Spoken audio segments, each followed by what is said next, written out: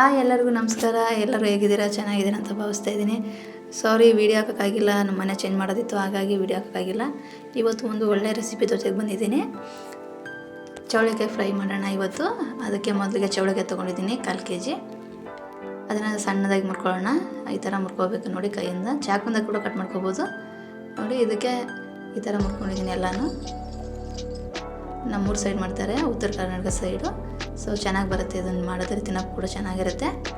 ನೀರಲ್ಲಿ ಕ್ಲೀನಾಗಿ ವಾಶ್ ಮಾಡ್ಕೊಳ್ಳೋಣ ನೋಡಿ. ತೊಳ್ಕೊಂಡಿದ್ದೀನಿ ನಾನು. ಇದನ್ನು ಸಪ್ರೇಟಾಗಿ ಒಂದು ಪ್ಲೇಟ್ಗೆ ತೊಗೊಳ್ಳೋಣ.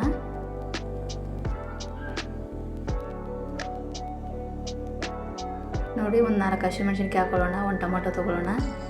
ಹಸಿಮೆಣ್ಸಿನ್ಕಾಯಿ ಏನಕ್ಕಂದರೆ ಅದನ್ನು ಕುಟ್ಟಿ ಹಾಕ್ಬಿಡೋಣ, ಚೆನ್ನಾಗಿ ಬರುತ್ತೆ ಅದು ತಿನ್ನೋಕ್ಕೆ. ಫ್ರೈಗೆ ಇದೇ ಥರ ಮಾಡ್ಕೋಬೇಕು, ಮಿಕ್ಸಿಗೆಲ್ಲ ರುಬ್ಬೋಕೆ ಹೋಗಬೇಡಿ. ಅದು ಸಣ್ಣ ಆದರೆ ಚೆನ್ನಾಗಿರಲ್ಲ. ಈ ಥರ ಒಂದು ಗ್ಲಾಸಲ್ಲೋ ಅಥವಾ ಒಳ್ಳಲ್ಲೋ ರುಬ್ಕೊಂಡು ಚೆನ್ನಾಗಿರುತ್ತೆ ನೋಡಿ. ಉಪ್ಪು ಮೆಣಸಿನ್ಕಾಯಿ ಹಾಕೊಂಡ್ಬಿಟ್ಟು ಸಣ್ಣ ಕುಟ್ಕೊಳ್ಳೋಣ. ಈ ಥರ ನೋಡಿ, ಈ ಥರ ಕುಟ್ಕೊಂಡಿದ್ದೀನಿ. ಒಂದು ಟೊಮೊಟೊ ಕಟ್ ಮಾಡ್ಕೊಂಡಿದ್ದೀನಿ ಸಣ್ಣದೇ.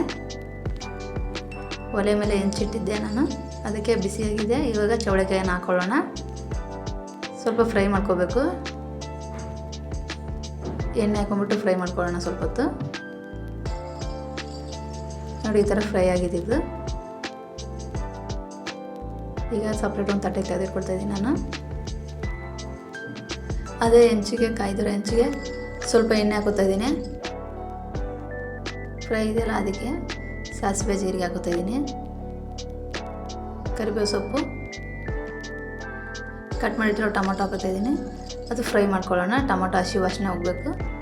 ಈಗ ಆವಾಗಲೇ ಮಾಡಿಟ್ಕೊಂಡಿದ್ದೀವಲ್ಲ ಚೌಳಿಕಾಯಿ ಫ್ರೈ, ಅದನ್ನು ಹಾಕ್ಕೊಳ್ಳೋಣ. ಈಗ ಮಿಕ್ಸ್ ಮಾಡ್ಕೋಬೇಕು ಅದನ್ನು. ಅರಿಶಿನ ಹಾಕೋತಾಯಿದ್ದೀನಿ ನೋಡಿ. ಕುಟ್ಟಿರೋ ಮೆಣಸಿನ್ಕಾಯಿ ಹಾಕೋತಾಯಿದ್ದೀನಿ. ಇದನ್ನು ಮಿಕ್ಸ್ ಮಾಡ್ಕೊಳ್ತಾಯಿದ್ದೀನಿ ನಾನು. ಈಗ ಎಲ್ಲನೂ ಮಿಕ್ಸ್ ಆಗಬೇಕು. ಮಿಕ್ಸ್ ಆದಾಗ ತಿನ್ನೋಕ್ಕೂ ಕೂಡ ಚೆನ್ನಾಗಿರುತ್ತೆ, ಆಗ ಬೇಗ ಕೂಡ ಫ್ರೈ ಆಗುತ್ತೆ. ಇದಕ್ಕೆ ನಾವು ನೀರು ಹಾಕೋ ಅವಶ್ಯಕತೆ ಇಲ್ಲ.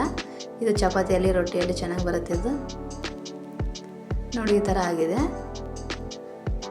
ಇದನ್ನು ನಾನು ಒಂದು ಬೌಲ್ಗೆ ಸರ್ವ್ ಮಾಡ್ಕೊತಾಯಿದ್ದೀನಿ ನೋಡಿ. ಎಷ್ಟು ಬೇಗ ಆಯಿತು. ಸಿಂಪಲ್ಲಾಗಿ ಬೇಗ ಆಗೋವಂಥ ರೆಸಿಪಿ, ತುಂಬ ರುಚಿಯಾಗಿ ಬರುತ್ತೆ. ಒಂದು ಸತಿ ಮಾಡ್ಕೊಂಡು ಇನ್ನೊಂದು ಸತಿ ತಿನ್ಬೇಕು ಅನಿಸುತ್ತೆ, ಅಷ್ಟು ಚೆನ್ನಾಗಿರುತ್ತೆ ಇದು ಚೌಳಿಕಾಯಿ ಫ್ರೈ. ನೀವು ಕೂಡ ಖಂಡಿತವಾಗ್ಲೂ ಟ್ರೈ ಮಾಡಿ, ತುಂಬ ಚೆನ್ನಾಗಿರುತ್ತೆ.